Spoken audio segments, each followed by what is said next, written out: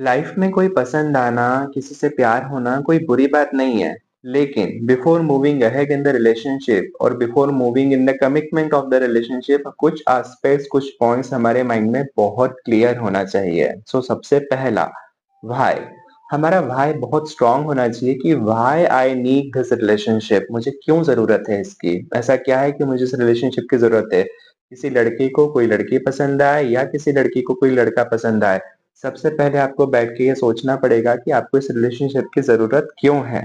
दूसरा, आपको इस बात पे क्लीयरेंस खुद को देना होगा कि where I am willing to take this relationship, मैं इसका एंड पॉइंट कैसा चाह रही हूँ, कहाँ क्या चाह रहा हूँ, कहाँ चाह रहा हूँ, एग्जैक्टली मुझे इस रिलेशनशिप से क्या चाहिए, वो बहुत इंपॉर्टेंट है।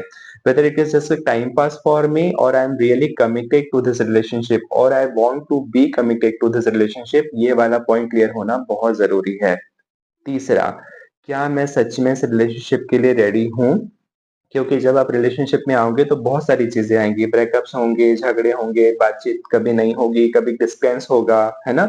एक दूसरे को टाइम देना पड़ेगा। इन सब पे मैं पहले वीडियोस बना के डाल चुका हूँ, आप उन्हें देख सकते हैं। लेकिन ये पॉइंट क्लियर होना बहुत जरूरी है। Am I ready for everything whatever now will come across me, क्या मैं उसके लिए तैयार हूँ? और सबसे अच्छी चीज जो थोड़ी ऑकवर्ड है, क्योंकि लोग जनरली ये करते नहीं है, आप लिखिए, राइट डाउन करिए।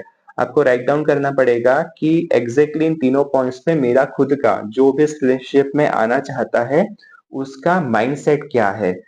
पहला, भाई। दूसरा, where I am willing to take this relationship. और तीसरा, am I really ready for this.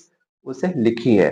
आपको लिखने से आपका खुद के प्रति जो कमिटमेंट है उस रिलेशनशिप में वो दोगुना हो जाएगा और पक्का हो जाएगा। और अब करना है सबसे इम्पोर्टेंट काम, talk about it at your home. ये बहुत इंपॉर्टेंट है। अपने घर पे बताइए कि यू लाइक समवन, चाहे आप लड़के हो चाहे आप लड़की हो।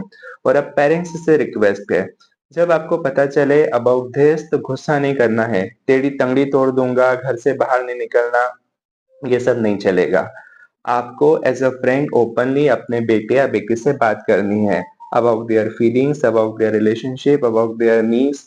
आपको भी इन क्वेश्चंस के आंसर ढूंढना है कि why your kid need such a type of relationship. So behave with your kid as a friend, अपने बच्चे के साथ एज अ फ्रेंड बात करिए।